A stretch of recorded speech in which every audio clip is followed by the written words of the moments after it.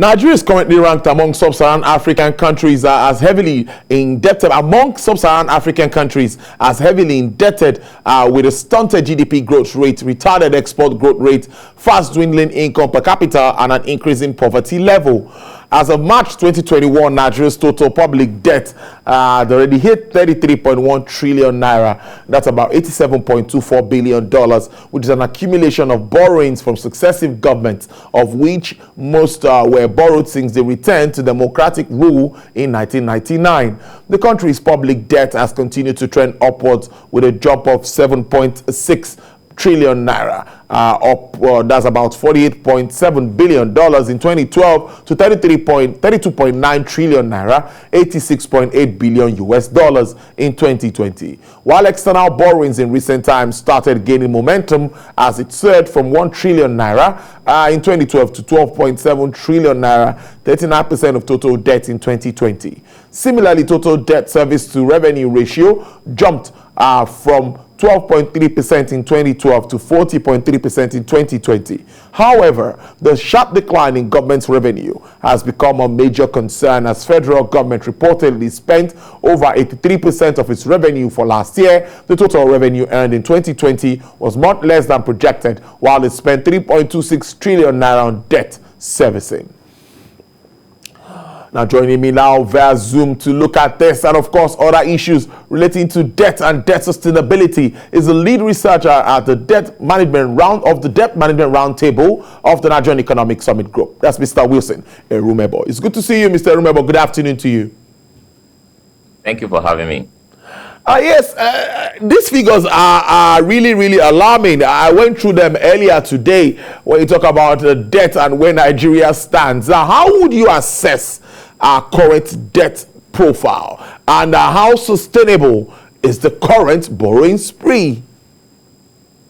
Well, what you've done so far is basically to show us the fact that we have a huge debt. I mean, if you go back to 2013, I mean, we had a case where our total debt was about 10 trillion naira. Fast forward back to 2020, even as at the first quarter of 2021, we've had 33.1 trillion. I mean, that's more than a threefold increase in our debt profile.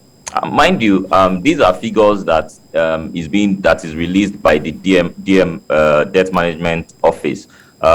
Which means that there are other forms of debt that are not included in this 33 trillion naira that I just cited, which you also mentioned during your opening remarks. So if you look at CBN's ways and means, I mean that has hit about 15.5 trillion naira, which is almost about 47% of the DMR's 33 trillion. So if you add that, I mean, you're almost, approaching 48.5% or thereabout. If you also look at other forms of debt like the AMCON liabilities, which is 5.6 trillion.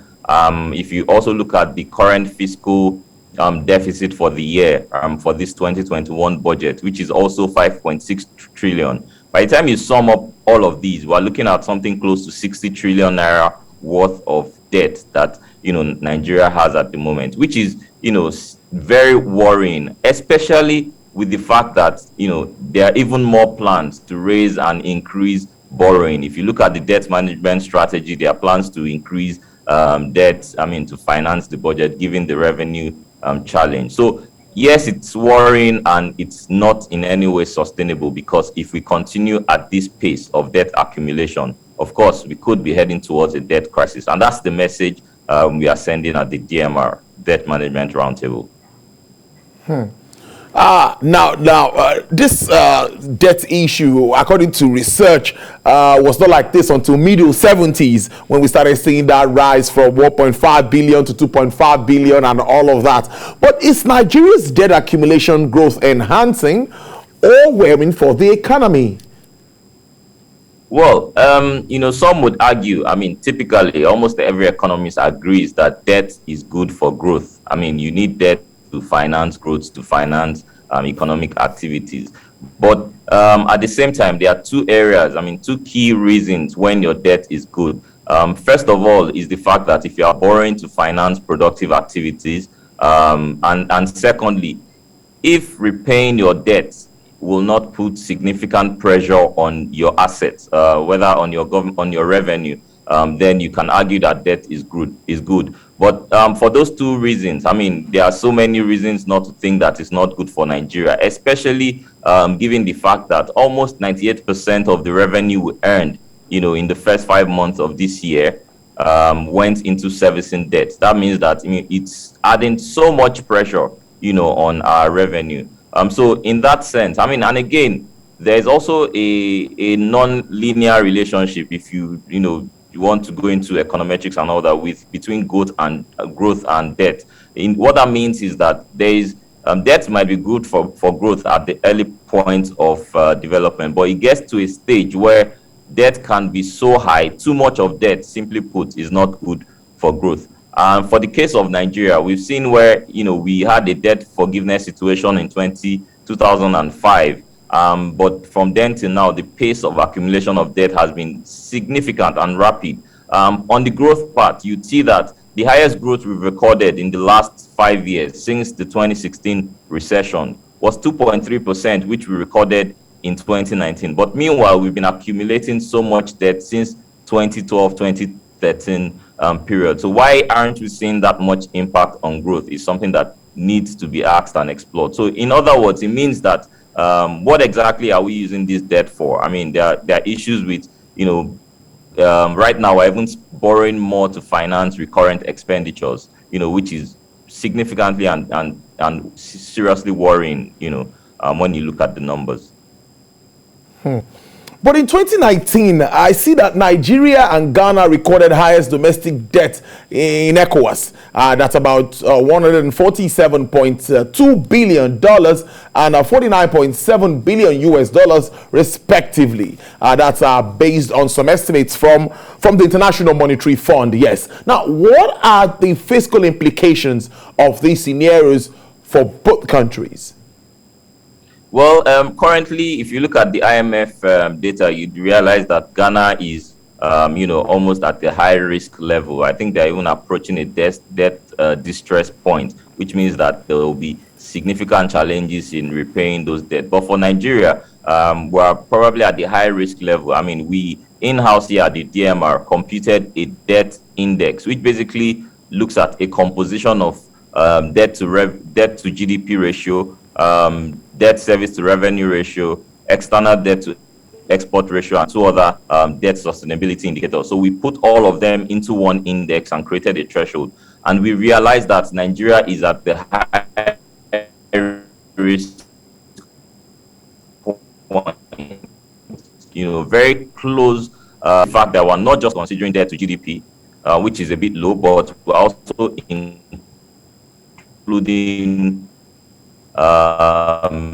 debt service to revenue crisis. Now, if you look at the experience of, say, Greece, for instance, during the global financial crisis in 2008, you see, debt crisis does not just start, when you wake up one morning and it just happens. No, it comes with, years of early warning signs.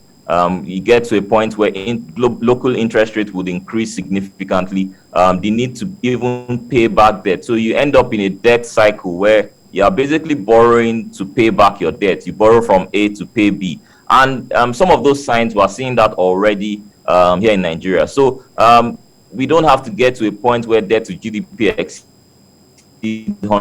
100% before we need to get worried. Now, there's still the appetite to borrow. And I think that's one thing we are pushing forward, that look, let's stop whatever borrowing we can at the moment and realize and look for alternative ways to finance government activities and even finance capital expenditure. Let's now move on now. According to the statistics that we also have from ECOWAS, debt burden is heavier on domestic than external debt. That's also something that I'd like you to clarify. Is this a positive indicator for Nigeria's solvency situation? Well, within the ECOWAS region, if you realize the appetite to accumulate external debts, is high, basically because interest rates, are quite lower compared to domestic interest rates. For Nigeria, about 40% of our total debt is external, 60% is internal.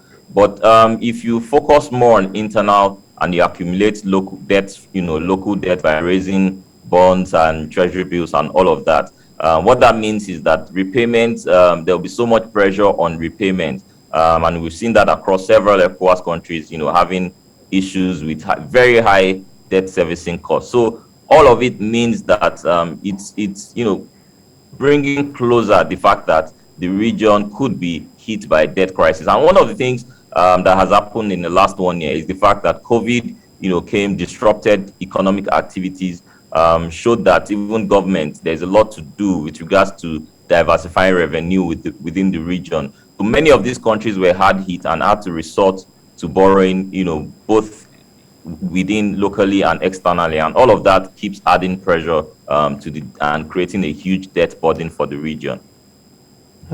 Let's now move on now. That's Nigeria's debt service to revenue ratio. As of 2020 was about 82.9% and 97% in the first 5 months of this year, 2021. Now, what urgent steps can be taken to stabilize our borrowing tendency in direct terms? Well, I'll just look quickly at perhaps just 3 quick points, without emphasizing too much on them, because many of these have been talked about, across several platforms. But I think the first thing we need to do is to see how we can raise revenue. And one of the things we need to do in that regard is some of these dead assets that we see lying around, whether it's several government buildings, whatever dead assets that we think that we have all around. I think these are quick ways that we can, explore how they can be sold or privatized, and get private capital into reviving these assets. I mean, the government can make revenue from that. The private sector can turn those dead assets into life and bring them into life, and then generate economic activities, employ people, and all of that. That's one quick thing that I think we can start doing apart from all the long-term reforms of ease of doing business and all that. The other aspect that I think is also very important is in looking at the budget itself and pruning out some of these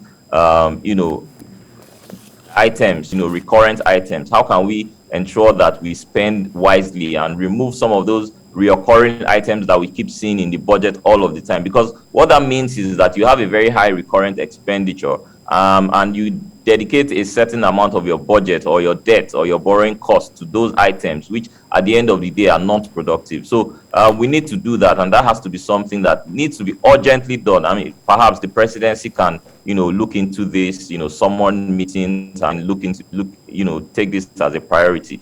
The other thing that I think is also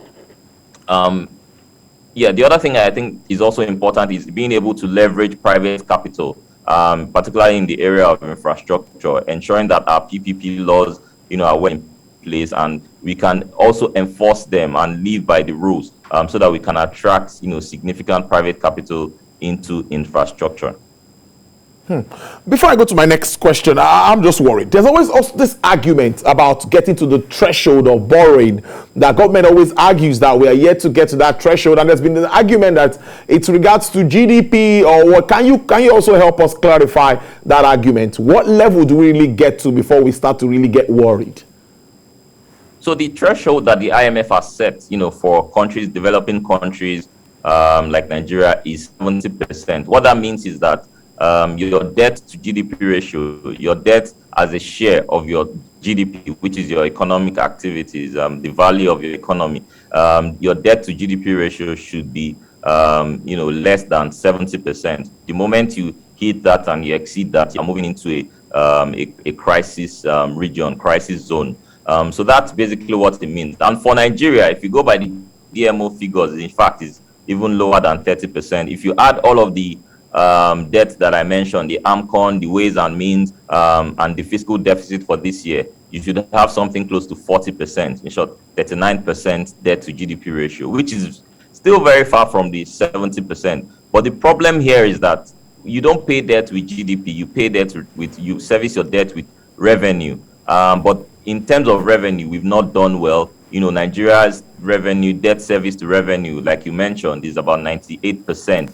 Which points to the fact that we're in a, approaching towards a crisis zone as far as debt thresholds is concerned. And what we've done at the DMR is not to look at these indicators single-handedly. What we've done is to put them together into a composite index. So we've had debt to GDP, debt service to revenue, and all of the other debt sustainability indicators into one index and created a threshold.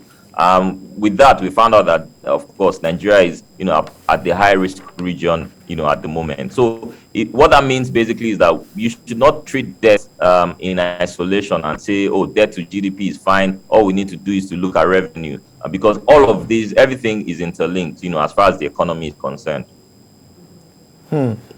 Now, before I let you go, now, what fiscal policy areas is the DMR research investigating? And of course, what are the prospective outcomes that we should expect?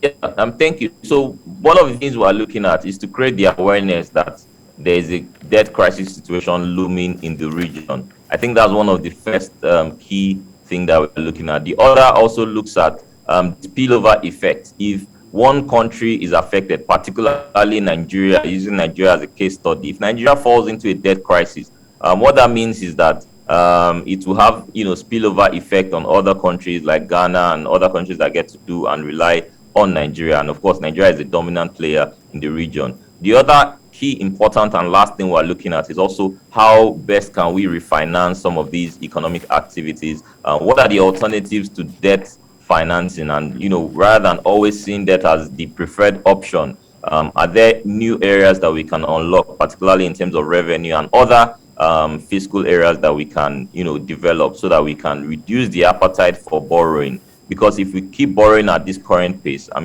a debt crisis is very severe. If you look at the Greek situation, they are even yet to get out of it, because debt to GDP ratio for Greece, looking at that alone, is at 210%, which means that a debt crisis can last long, even lead to economic crisis, financial crisis, and we're trying to avoid that for the region and particularly for Nigeria.